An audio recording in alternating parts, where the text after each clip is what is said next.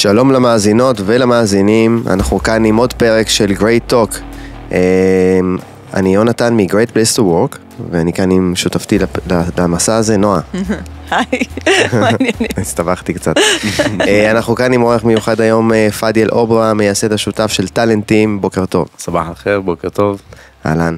אז יונתן מ-Great Place to Work, Great Place to Work זו חברה שמסמיכה חברות שטוב לעבוד בהן בכל העולם, ועוזרת לארגונים למקסם את פוטנציאל ההון האנושי ולשפר תוצאות עסקיות.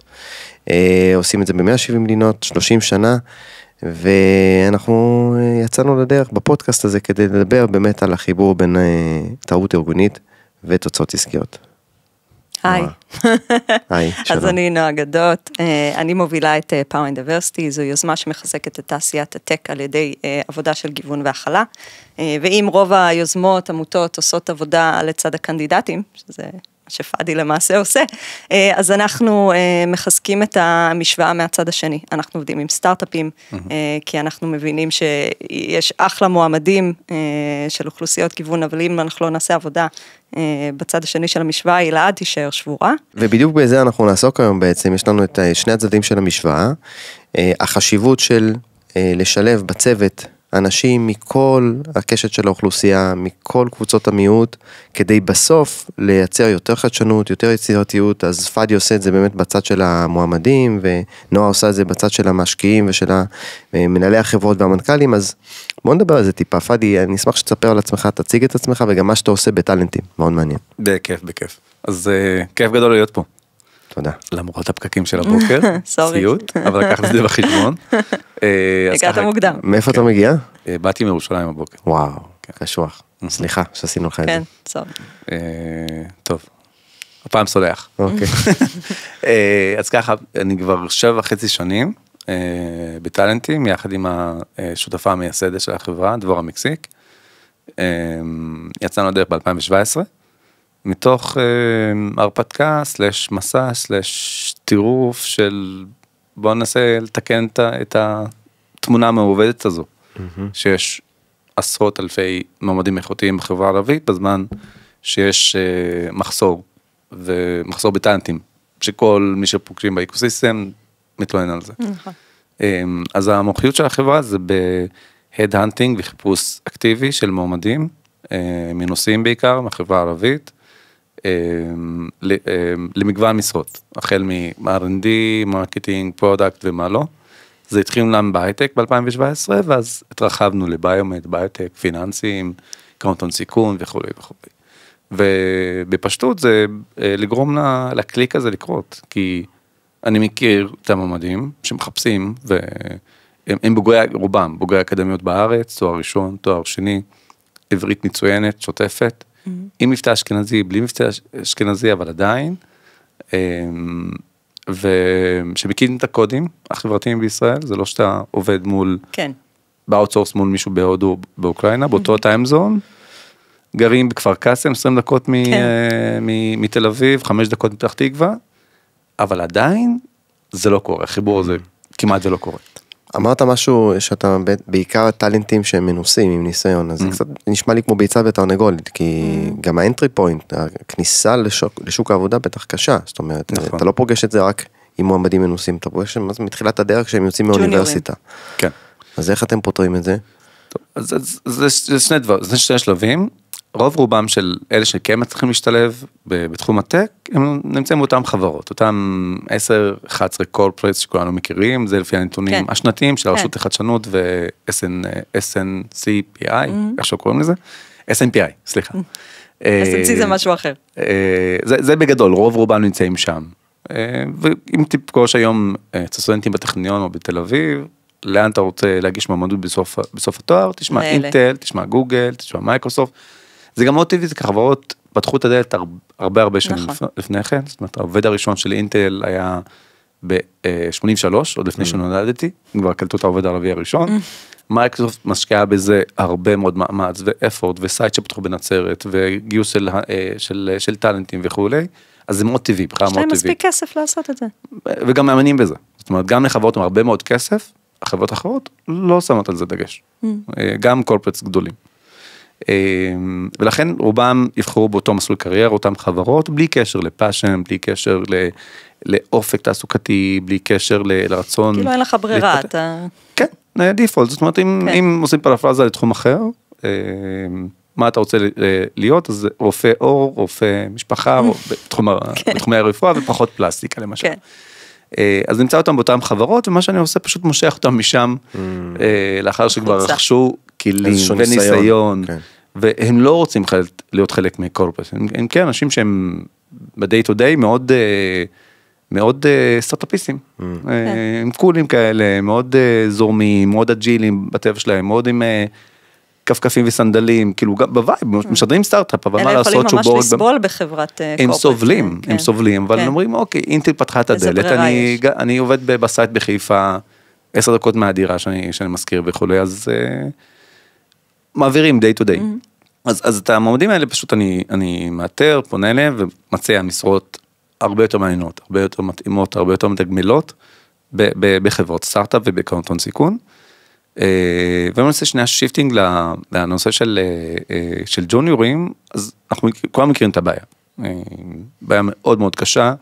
לאחרונה יש הרבה פתיחות ויש הרבה יוזמות של משרות התמחות ומשרות סטודנטים, וגם הרשות לחדשנות שם על זה הרבה מאוד כסף, שזה פנטסטי, שכבר יש את השיפטינג של בוא נמצא פתרונות טובים, נביא אותם מהעולם, ראה ערך פלייס.איי.אל. אבל בחברה הערבית, גם שם, אני עושה את זה בהתנדבות, כי קהל היעד של טלנטים הוא לא קהל הג'וניורים, לעזור להם לשחק את המשחק ולראות את השוק בצורה הרבה יותר רחבה.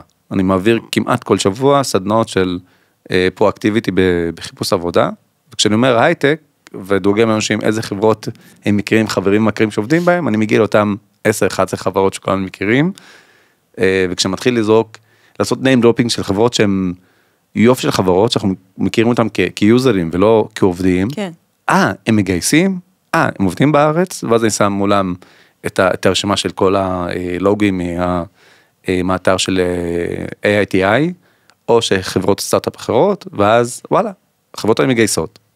אפילו יש בהם עובדים ערבים, בחלקם יש co-founder ערבי, כדי לבנות את האימון, זאת אומרת, כי זה חוויה לא טובה, להיות העובד הערבי הראשון של הארגון, גם כג'וניור וגם ככל דבר, להיות האישה הראשונה, להיות החרדי הראשון. זה סיוט, זה פשוט לבוא עם דגל הייצוג, ולהיות המומחה. שמים עליך גם את הכל, על הכתפיים שלך. וזה מייצג את כל החברה. אני יודע שאתה לא מייצג, אבל מה אתה חושב על זה? תמיד כאילו מגיע ככה בפאקג'. אז דרך זה, דרך הסדנות שמעביר התנדבות, אני עוזר לסטודנטים ובוגרים טריים לראות את השוק בצורה הרבה יותר גדולה, ולא פרואקטיביים, ולהאמין שגם חברה קטנה, יש לך מה לתרום, והיא רוצה אותך. זאת אומרת, לא רק גוגל שמדברים על דייברסיטי, אלא גם חברה שהיא קצת קטנה. תגיד לי, יש מספיק היצע במגזר הערבי? כלומר, אנחנו יודעים שברמה הסוציו-אקונומית, בחינוך, לצערנו, זה לא אחיד. ובאוכלוסייה היהודית יש אחוז יותר גבוה של כנראה בוגרים של מדעים ומקצועות מהנדסים וכו', ודווקא בחברה הערבית פחות, למרות שיש כמובן אפליה מתקנת, אבל עדיין אני חושב שיש פערים. זה מתחיל משם או שדווקא אתה אומר, יש מספיק היצע, בוא נטפל במי שיש כרגע קודם כל. תראה, בוא נדבר על דייברסיטי. אז כאילו אנחנו כמעט חיים בצורה מופרדת לחלוטין.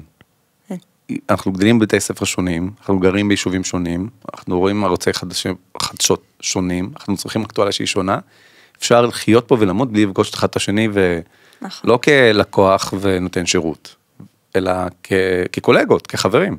זאת אומרת, מי שרוצה לייצר לעצמו חיים שהם משעממים, בועתיים, גם בחברה הערבית, גם בחברה היהודית, יכול לעשות את זה פנטסטית, לא צריך להתאמץ. מי שכן מחפש חיים שהם עשירים, מעניינים, תוססים, לטוב ולרע, כי אתה מחפש עניין, זה לא סיטואציה שהיא נוחה, אבל העושר שיש בזה, יש דרך לייצר את זה. גם בשלב של היסודי, אני למשל בחרתי לשלוח את הבן שלי לבית ספר דו-לשוני, והיום יש רשת של בתי ספר כאלה. אני גם רוצה לשמוע עליך, כאילו על הילדות שלך. בשמחה, אמנם לא בית ספר דו-לשוני, אבל עדיין. קראתי. גדלתי ברעד ועברתי לכפר ירוק, אבל תכף גם לזה נתייחס. ואפשר גם באקדמיה, לא רק ללמוד בקורס, לא סטודנט ועוד סטודנט, אלא לייצר עבודות יחד, לנהל שיח יחד, ליצור חברות, כאילו, רבק מעבירים 3-4 שנים באקדמיה, שזה יופי של שנים, להעביר זמן על הדשא, ולצאת למסיבות וכולי ביחד, ולגוון, כי גם בחברה הערבית יש סין של צנע של מסיבות, זה עוד אושר של ליהנות ממנו, ועד שמגיעים למקומות העבודה, ולבחור להיות, שאנחנו בחברה הערבית נבחר להיות בחברות שהן פחות מגוונות, ושאותו מעסיק יהודי לרוב, שיבחר, למרות שזה מגיע עם פאקג' לא קטן, ומורכבות, לבחור באושר, שזה יכול לייצר. אז אתה מדבר הרבה על אושר, אתה מדבר על אושר אולי באלף או בעין, אני לא יודע, אולי שניהם, אבל בתור מעסיק יהודי, למה אני צריך את הכאב ראש הזה? יש לי איזה תרבות, אנחנו חוגגים את החגים שלנו, מציינים את שבועות, ועושים איזושהי מסיבה כזה של גבינות, ולמה אני צריך עכשיו עוד מישהו שהוא לא קשור אלינו כל כך, יש לו טרדישנס אחר, אולי הוא בא עם קצת דעות אחרות, ובסיטואציות מסוימות זה יכול להביא קונפליקטים, זה יכול להביא, בטח היום, באמת, אני חושב על, למה אני צריך את הכאב ראש הזה, יש מספיק טלנט בחברה היהודית, מה זה, מה... טוב, מסתבר שאין מספיק טלנט בחברה היהודית, כי כולם מתחרים על אותו פול טלנט, כולם, זאת אומרת, היתרון שלי בטלנטים זה תמיד לשלוף את המומד, שאף אחד מהאדנטרים האחרים לא פגש, לא שמע, לא הכיר, ותמיד זה לקוח זה, וואו, מאיפה הבאת את זה? והוא פה, לא יצרת אנשים, ולא הבאת אנשים מהודו, הם פה. אז אין מספיק טלנט, אותו פול, כולם מתחרים עליו, כי גם אפשר לחשוב על זה ברמה מספרית, של כמה טלנטים 8200 מייצרים, אמרה משנה. השוק צריך הרבה יותר מאלה, אוקיי? וכנ"ל, אם תבדוק כמה בוגרים יהודים יש במדעי המחשב באוניברסיטת תל אביב, עדיין השוק במחסור, רוצה יותר. הם פה, אבל הם לא חלק מהדאטה של כל הארגונים ושל החברות לרוב. ולכן הם יושבים בטלנטים. אנחנו מחזיקים מעמד. הם לא מגישים, כמו ש... זה ביצה ותרנגולת לא מגישים וגם לא פונים אליהם. זאת אומרת, גם אם תנסי לחשוב על הקמפיין של הניסוח. יותר מזה. אם ננסה לחשוב, הייתה תקופה שכל איילון ושרונה וזה, כולם היו כזה employee branding, כולם עושים ברנדינג, מדברים איזה כיף וזה. מה היה בזה בערבית? כלום. ויש מדיה בערבית. זאת אומרת, אף אחד אפילו לא היה. אמדוקס עשו מהלך מאוד חכם, ושמו בפרונט עובדים ערבים, בנצרת אמנם, אבל זה דיבר, וזה דיבר וזה עבד מאוד מאוד למועמדים.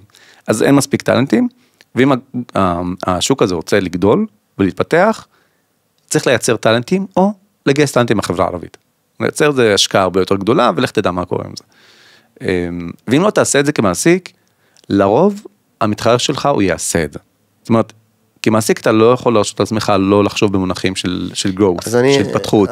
אז תמיד יהיה, בכל תחום, בכל תת תחום, בכל נישה, יש מתחרה שהוא מספיק פלורליסטי, שהוא מספיק גלובלי, כי בעולם היום זה לא שאלה אם אתה רוצה לגוון, לא רוצה לגוון. זאת אומרת, לא רק בהייטקורט בניו יורק, בכל מקום שלא תלך. יש גם ספקים ולקוחות שידרשו את זה ממך. נכון, נכון, והעולם הולך לשם. זאת אומרת, אם אתה רוצה להיות חלק משוק גלובלי, מתפתח, אתה לא יכול להרשות עצמך להיות, אני, החברים שלי, ומאוד מאוד דומה, זאת אומרת, גם משעמם. זאת אומרת, גם אם כבר חושבים על בריינסטורמינג, אתה תצא לרוב עם אותם רעיונות. ואני לא רוצה עכשיו להתחיל לצטט את אותם, כל המחקרים של הרווארד, של מקנזי, של דלויט, כל העם מדבר על זה. אני פוגש את זה בפרקטיקה. זאת אומרת, שחברות מחפשות כבר 7 חודשים מועמד, ומגיעים למועמדים, שזה מאותו פול, כן? וברגע החתימה, קיבלתי עוד 5 הצעות אחרות. פחות פוגשים את זה בחברה הערבית, וגם רוב המחקרים שנעשים מדברים על זה, דור ה-Z ודור ה-Y, וההתנהלות ופה ושם, לא חקרו את החברה הערבית, והיא מתנהלת בכלל אחרת. זאת אומרת, אנשים הרבה יותר לויאליים, וברגע שהם מגיעים, נשארים שם הרבה שנים, לא 2 ולא 3 ולא 4, יותר, ונוסף על העושר גם התרבותי שזה מביא, וגם טכנית, שאתה רוצה סופורט בימי החג, נכון. בימי החג היהודים. נכון. ורבק, יש לכם הרבה מאוד חגים. כיף לי איתכם, זאת אומרת, אני לוקח חופשים, אבל אותו קליינט שיושב שם משהו בעולם, כן, נכון, אתה צודק. לא פחות מעניין אותו שהיום צום גדליה או שבועות, מישהו צריך לתת את הספורט. ואפשר להעביר את זה להודי עם מבטא קשה, ואפשר במשרד שלך, בתל אביב, גבעתיים, כחול לבן, שיעשה את זה בחומי או בחולה מטירה. אז נתת פה כמה דוגמאות של באמת ערך עסקי, שיוצא כתוצאה מגיוס של טלנטים שונים נקרא לזה, כן? של פול שונה, פול רחב. למשל שהות, למשל היכולת לעשות בריינסטורמינג, להביא רעיונות חדשים לשולחן, לחשוב בצורה אחרת, להסתכל על פרספקטיבה רחבה יותר וכו' וכו', וגם המחקרים שציינת כמובן הם ידועים לנו, אבל בוא, דווקא בעיתות משבר כמו שאנחנו חווים עכשיו בישראל, יש איזשהו פחד וחשש אמיתי של אנשים, אחרי מה שקרה, שהם לא נוח להם, לא נוח להם. איך אתה חושב שאפשר להתגבר על זה? גם אנשים הכי כאילו נאורים, הכי... כן, זה לא... כולם אוף דה רקורד. זה לא רציונלי. זה לא רציונלי. זה תחושתי, כאילו זה אמוציונלי. ופה אולי זה האתגר הגדול, ואיך מתגברים על זה. נכון. אז אני אספר קצת על עצמי, והסיפור שלי ברקע, ואז גם איפה אני פוגש את זה.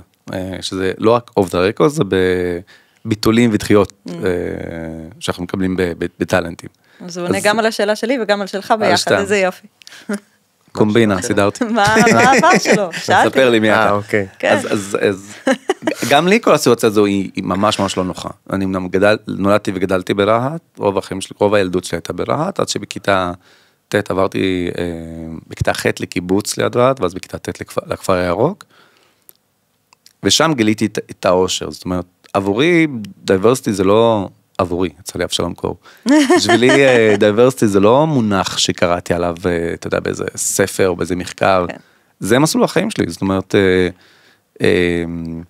לצפות בדרדסים, בעברית ובערבית, במושמוש הפרה גם וגם, מוזיקה, ירח של שלמה ארצי ופיירוז, או אוטוסטרד מירדן, זאת אומרת, גם וגם הזה, זה אושר מטורף, היכולת בו זמנית. לחשוב בעברית ובערבית, לדמיין בעברית וערבית, לחלום בעברית וערבית. זאת אומרת, ברגע שחושבים על זה של relocation או לשלוח את הבן שלי בית ספר בינלאומי, שם לא מטילים ספק באושר שדייברסיטי מייצר. נכון, נכון. אבל זה מקבל איזה סימני שאלה וקצת תחושות לא טובות בהקשר שלנו, ערבים ויהודים בארץ. אבל זה מייצר אותו אפקט של להכיר את השונה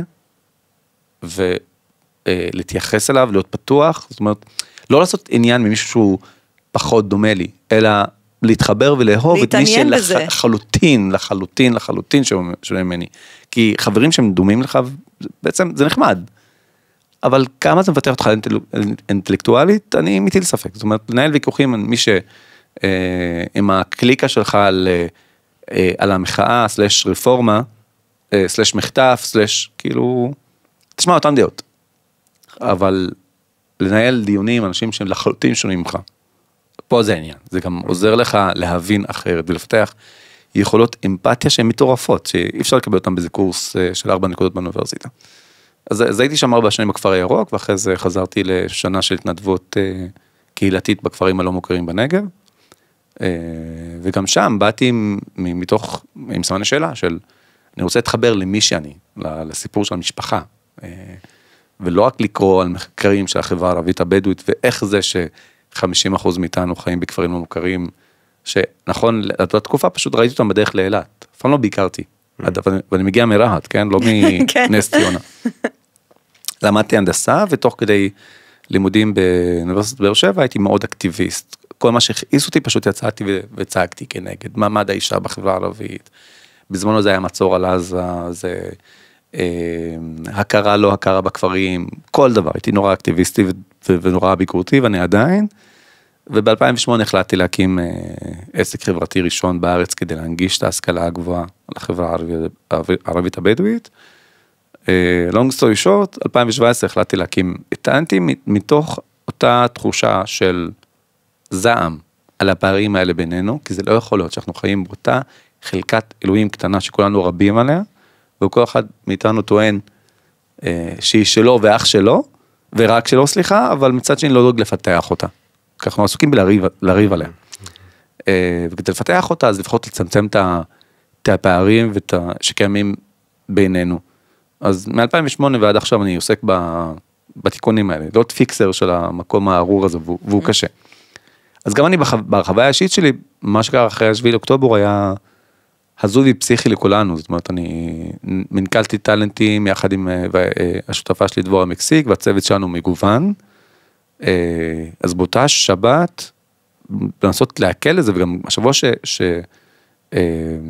שבא לאחר מכן זה שהבן של אחת העובדות נעלם, ואנחנו לא יודעים, ואז מסתבר שהבן מסיבה, חברים נחטפו, חברים שלי מבארי, וחווה מאוד קרובה, היינו בטוחים בהתחלה שנחטפה, ומסתבר אחרי זה שנהרגה, שמשהו הבנו אחרי חודש, המשפחה שלי בעזה, זאת אומרת, חוויתי את זה על בשרי, לא בכל הכיוונים. בכל הכיוונים, זה היה פשוט סיוט, ובאותם רגעים חשבתי הם לוותר, פשוט לקחת מזוודה ולעזוב את המקום הדפוק הזה, כי הוא דפוק מהיסוד, לא קל לחיות פה חיים שהם שבויים, ולהתנתק ממה שקורה פה, וכמעט עשיתי את זה. לעומת השאלה האחרת, האם אני רוצה, אם כבר הקדשתי 17 שנים מהחיים שלי לתקן את המקום הארור הזה, אולי עכשיו זה מקבל משנה תוקף הרבה יותר חזק. עיתות משבר זה זמן טוב לשינוי? זה הזמן הכי טוב לשינוי. זאת אומרת, התחלתי להבין את זה תוך כדי גם פניות מלקוחות של איך מתמודדים עם, זאת אומרת, גם המועמדים וגם מלקוחות. לקוחות שאומרים, אוקיי, יש עכשיו הרבה מאוד מתח, איך מנהלים את זה, איך מתמודדים עם זה, ולא היה לנו משהו בשלוף, כאילו, אף אחד בעולם לא ציפה את זה, אף אחד לא כתב, איך להתמודד. לא על ניהול משברים וזה, על סיטואציה כזו, אבל פשוט, סליחה, כי חווינו את זה בתוך החברה בשבוע הזה, אז היינו הרבה דברים שאנחנו חווינו, והרבה טיפים מקצועיים לתת. אז מה הטיפ שאתה יכול לתת למנהלים שמתמודדים עם משברים? ובכל סוג, אבל זה משבר אולי הכי מאתגר ששמעתי, כאילו, בשנים האחרונות. דווקא אתה מהמקום שלך, מה עזר לך לצאת מזה, ולהיות עדיין לשמור על אופטימיות ופוזיטיביות? אני אדבר במקום אישי, פחות המקצועי. במשבר הזה, הטיפ הכי חשוב שאני יכול לתת לאנשים, זה לא לקחת בעלות, לא על כאב ולא על טראומה. יש לנו נטייה, בעקבות הזעזוע הזה שכולנו עברנו, להיכנס פנימה ולהגיד, כואב לי, אני נפגעתי, לא מעניינתי הצד השני, ואם כבר אני חושב על הצד השני, אז לרוב הוא הצד הפוגע. זאת אומרת, אנשים התכנסו פנימה, פתאום לא רוצים לקלוט עובדים ערבים, ושכחו לרגע, אני מגיע מרעד שוב, כן? את ההתגייסות של החברה הערבית, להתמודד עם המצב. זאת אומרת, סיפורי גבורה, אין סוף, שמענו חלקם תועד, חלקם לא, חלקם עכשיו מגיע לתקשורת, בין אנשים, זאת אומרת, הדיפולט של אנשים זה, של יוסף א-זיאד, זה להתניע את המיניבוס, ולצאת מהכפר הלא מוכר שלו, כדי להמיס 40 ומשהו אנשים בתוך מיניבוס, ולהציל אותם. להזכירכם הוא ערבי, זאת אומרת, הוא לא חשב אפילו, לא שם שום סימן שאלה, אם אני יוצא להציל את האנשים האלה או לא. וכמו יוסף, יש הרבה מאוד אחרים. תוסיף על זה שגם בחברה הערבית מאוד נפגענו, זאת אומרת, ברהט, כאן נרצחו אנשים, נחטפו אנשים, אמנם בילאל ועיישה חזרו בזכות אחת העסקאות, אבל האבא והנוסף שלהם ואל-קאדי עדיין נמצאים בעזה. אנחנו בתוך זה ביחד. תוסיף על זה שאני ברמה האישית גם איבדתי משפחה בעזה, ועדיין לא כעסתי על אף אחד, ולא אמרתי, טוב, אני איבדתי משפחה שהיא בכלל לא קשורה לחמאס. אנשים שמאוד מאוד ליברליים, מאוד פתוחים, מאוד אוהבי אנשים, שילמו מחיר מאוד קשה במלחמה הזו, כי החליטו להפציץ את כל השכונה של רימל. וכמו שאני לא לקחתי שום בעלות, לא על כאב, לא על טראומה, לא הפניתי שום אצבע מאשימה, אלא אמרתי בתוך כל הכאוס הזה, איך אני מתחבר ביג טיים לערכים הבסיסיים שלי. אני אוהב אדם, אני מאמין בשותפות, ואני רוצה לתקן את המקום הדפוק הזה. כי המקום הזה, מי שרוצה להתכנס פנימה ולהגיד, סיימתי עם ערבים, אני לא רוצה לגייס ערבים, לא רוצה לדבר על ערבים, מוזמן לעשות את זה. הוא יישאר מאחורה. כי בזמן הזה, יש אנשים שלקחו על זה בעלות, אמרו, דווקא עכשיו, בעת המשבר הקשה המאוד הזה, ביחסים, בזמן מלחמה, בעבידות, בסיפורים הקשים, דווקא עכשיו, אני מתחבר לזה הרבה יותר חזק, ועושה הרבה יותר עשייה, ואנחנו פוגשים את החברות האלה, גם בקרנות הון סיכון, גם מנהלות גיוס, יש חברות שעבדתי איתן כבר שנים, והתנהלתי מול הנשות HR והגיוס, ופתאום אני מקבל טלפון מהמנכ"ל של החברה, בכן לא דיברתי איתו, זאת אומרת, אני יודע מי המנכ"ל, כי כשבאתי לפגישה ראשונה מהלקוח, גם קראתי, הוא מתקשר ואומר, תשמע חבוב, אני יודע שאתם שולחים מועמדים במשרות האלה, חלקם התקבלו, חלקם לא, זה עבודה של צוות, אני לא נכנס לזה. אבל אם תפגוש כל סטאר מהחברה הערבית, שלאו דווקא יש משרה פתוחה, אתה שולח לי את זה אישית. אני דואג לפגוש אותו, או שאני קולט אותו באחת מהחברות הבת שלנו, או שאני דואג לפתוח לו מקום אצל החברים שלי. וזה מנכ"ל שהוא מספיק עסוק, אוקיי? יש לו מספיק על הראש. ואולי לא היה היחיד. אז מי שרוצה להתכנס פנימה ולהסתגר, זכותו, כי זה לא מצב טבעי. אבל עסקית, הוא הולך להפסיד ביג טיים. ביג טיים, ותכף שהמלחמה התפוקה הזאת תיגמר, אמן, ונחסור כולנו סוג של שפיות, סוג של, וכולנו נרצה גם לתקן, בואו נתחיל לתקן אין-האוס, לפני שתקן החוצה. זאת אומרת, לא נוכל לדבר על תיקון חברתי בארץ וכו'. כל אחד קודם כל עם עצמו. תשמע, אתה מזכיר לי משפט של מרטין לותר קינג, שהוא אומר, העיתוי הוא הנכון תמיד לעשות את הדבר הנכון. נכון. ואתה, כן. חזק. לא מכיר, חזק. ואתה לקחת, אני חושב שאתה הוכחה של זה.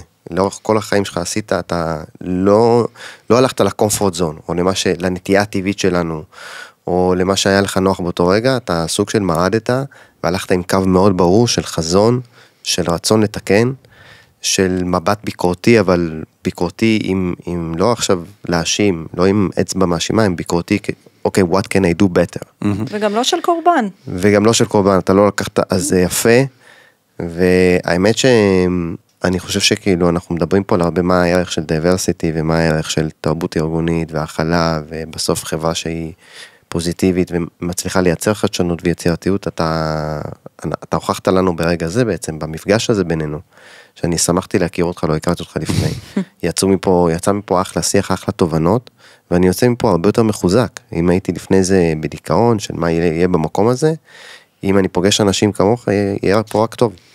כן. אני מאוד שמח, כי גם אני, יש לי הרבה נקודות דאון בכלל, ובתקופה הזו ספציפית. לגמרי. הרבה מאוד דאון. ונזכר משפט שחבר אמר לי, שפשוט אין לנו את הפריבילגיה להרים ידיים. אין לנו. זאת אומרת, גם כיזם אני מחליט, אוקיי, to move next לדבר הבא. נכון. כאבא אני לא יכול להרשות את זה. נכון. מה יש בן 8, ואני רוצה כשהוא יגדל, ומשברים הולכים לבוא, אוקיי? המקום הזה הוא לא מקום שפוי, הוא גם אף פעם לא יהיה. מדברים על חוסן קהילתי וחוסן חברתי, הוא של שנינו יחד. נכון. והיו תקופות שעבדנו נהדר יחד, שחקנו טנגו, רקדנו טנגו, סליחה, פוסט בתקופה של הקורונה, צוותים בכלל רפואיים עבדו מאוד יפה יחד, ובכלל הייתה עבירה מאוד טובה. גם עכשיו, אחרי 7 באוקטובר, ראיתי שעשו סקרים על החברה הערבית, ואיך הם רואים עכשיו את ישראל, והסנטימנט עלה לכיוון חיובי. יש לי ביקורת על המחקרים. על המחקרים, על הסקרים האלה, וספציפית המחקר של המכון הישראלי לדמוקרטיה. הם שאלו, גם, כי זה מאוד עניין אותי, אמרתי, איך יכול להיות עכשיו, יש 70% שהם רוצים, מרגישים יותר ישראלים. מעניין מי האנשים האלה ומה שאלו אותם. האם שאלו תושבי הכפרים הלא מוכרים, שהם מוגדרים כשטח פתוח, נופלים שם כל הזמן, נפלו טילים. 7 ילדים הראשונים שנהרגו באותו בוקר, ב7 לחודש, מהכפר לא מוכר, אין שם לא מוגניות, לא הזעקות, לא כלום. האם מישהו דאג לשאול אותם, אם אתם מרגישים יותר או פחות ישראלים? כי זה לא נתפס שמישהו בכזאת סיטואציה מרגיש יותר ישראלי. אז לא שאלו אותם. שאלו אותם מיינסטרים, אותה קבוצה שכנראה נוח לשאול את השאלות האלה. אני לא מרגיש יותר ישראלי בתקופה הזו, ברמה אישית. אבל אמרת משפט שאין לנו את הפריבילגיה להרים ידיים. ואתה ישראלי, ואנחנו נמשיך להיות כאן ביחד, ולתקן את המקום הזה. אני מצטער שאני קוטע את הפרק המדהים הזה, הייתי יכול להמשיך פה שעות, אבל אני רואה פה את שחר ככה שמראים לנו, אנחנו עברנו את הזמן. אז ברשותך אני רק אגיד שלנו אין את הפריבילגיה להרים ידיים, ומחר אנחנו בדייברסיטי עסקינן, ואני בטוח שאנשים בימים האלה מטילים ספק. וכמו שאמרת, למה לי לעשות את זה? או שאולי ניסיתי פעם אחת ופישלתי, או שהחבר הטוב שלי ניסה וזה לא עבד, וכו' וכו' וכו' וכו' וכו'. לאנשים שפויים אין את הפריבילגיה לוותר דווקא עכשיו. דווקא עכשיו. אנחנו רוצים לתקן את המקום הזה, רוצים לתקן את שוק העבודה שלא היה הוגן עוד לפני כן, כן? עוד לפני 7 לאוקטובר. לא היה הוגן. זה משחק שהוא לא עושה שכל. עכשיו, בעקבות משבר, ואני חושב לציטוט שאמרת, זה הזמן לפעול, ולא להשאיר את זה לאותם יועצים ארגוניים, ולא להשאיר את זה לאותם יזמים הזויים, זה תפקיד של כל אחד ואחת מאיתנו. רוצים שהמקום הזה יהיה שפוי? נתחיל מהבית, נתחיל מהחברות, נתחיל מהצוותים שלנו, שלמרות הקושי, הולכים לעשות את זה. יפה.